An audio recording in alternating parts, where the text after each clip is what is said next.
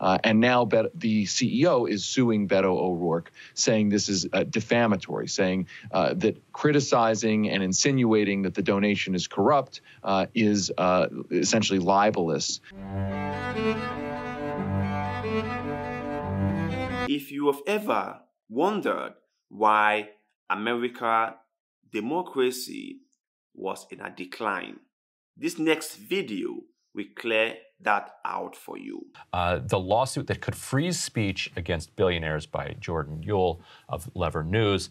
And so this is about a kind of a defamation case that has been filed against Beto O'Rourke that could have dramatic implications for the role of money in politics going forward. Can you talk a little bit about this lawsuit?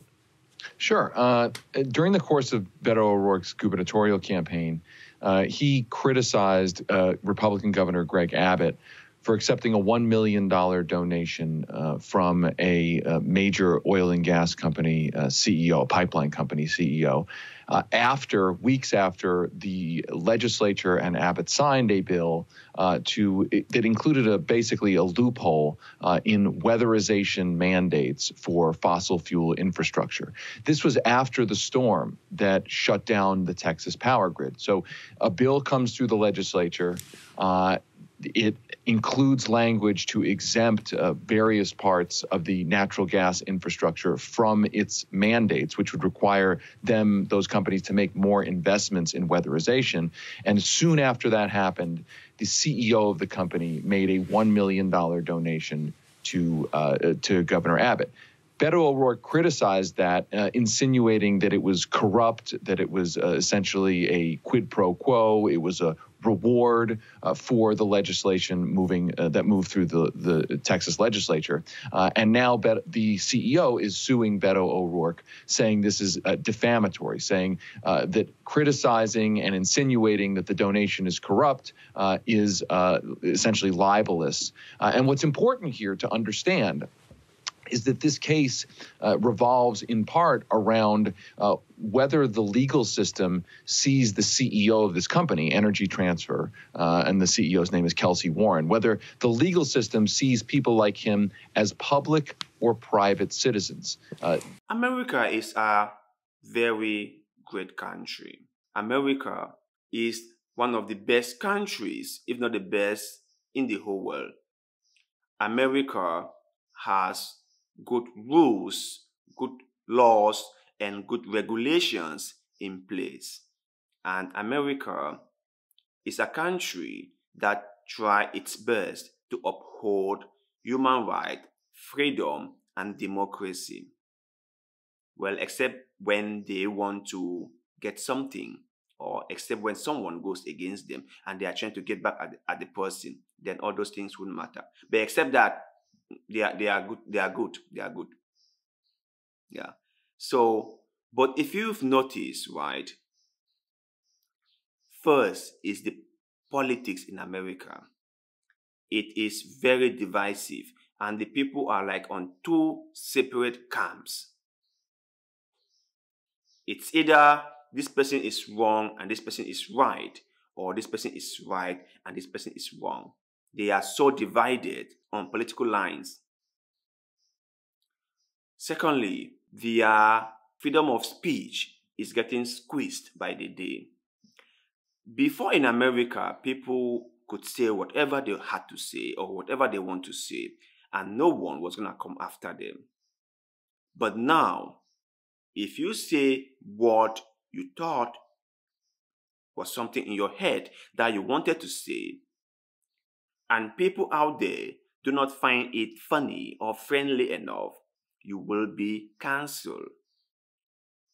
There is social media nowadays to cancel or censor anyone who is saying something that they find controversial or they find out of the narrative. They will cancel you, they will censor you. Americans do not have enough tolerance for people anymore. Their patience have totally run out. And you can see how people are now suing each other for saying something.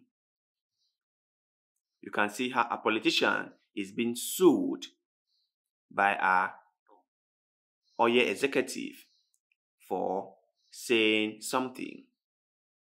Talking about bribery and corruption, most of the times the West will always say that Africa is corrupt, African leaders are corrupt, and African leaders are the problem why there is so much corruption in Africa. Well, to a certain extent, that is correct. African leaders are super corrupt. They manage to squeeze whatever they can squeeze from the people. That's true. They are so corrupt. But the people giving them the biggest checks are the Westerners, or the oil companies, or the giant companies that want to do mining in Africa. They are the one bribing the African leaders millions upon millions upon millions, allegedly. They are the one doing it. They are the ones keeping puppet leaders in position so that they can get whatever they want to get without any resistance. So if we were to talk about who is corrupting African leaders, the West are the ones doing that. Especially the oil executives, all these big oil companies. They are the ones doing most of the corruption in Africa. They are bribing the leaders. So from this case in America, you can see how far those oil executives will go to silence someone. And just remember, the person they've sued is a very famous and rich person too. If that person was you and I, who have nothing, who are nobody, just imagine how they will crush us. Just imagine what will happen to us. Yeah, just imagine. So this is very serious, because if people cannot just easily sue one another for saying something, how long will it take for every single one of us to be sued for saying something? Maybe I say something about Bill Gates and he sued me and got my channel deleted, or got me sent to prison or whatever. I talk about Elon Musk and he sued. Someone talks about Jeff Bezos and he sued. It's a slippery slope. Within a couple of years, no one can criticize any public figure or any billionaire anymore. This is a very dangerous precedent that this lawsuit is setting. And I hope that the judges realize this and throw out the lawsuit. Because it's not just going to end with the politician. It's going to move forward or move ahead to every single one who criticizes anybody. And that would be bad for freedom of speech. But you guys out there, do you think that the oil executive who is suing has the right to sue? Don't you think that he also is a public figure? And what happened to freedom of speech? Let us know in the comment section below, because like always, we love hearing what you have to say. And please do not forget to like this video, share this video, follow our Facebook page, and most importantly, subscribe to this YouTube channel, because little deed of goodwill, like the one you are doing just now, help us a lot, and we shall forever be grateful to you. So thank you very much for doing just that. And like always, see you in the next one.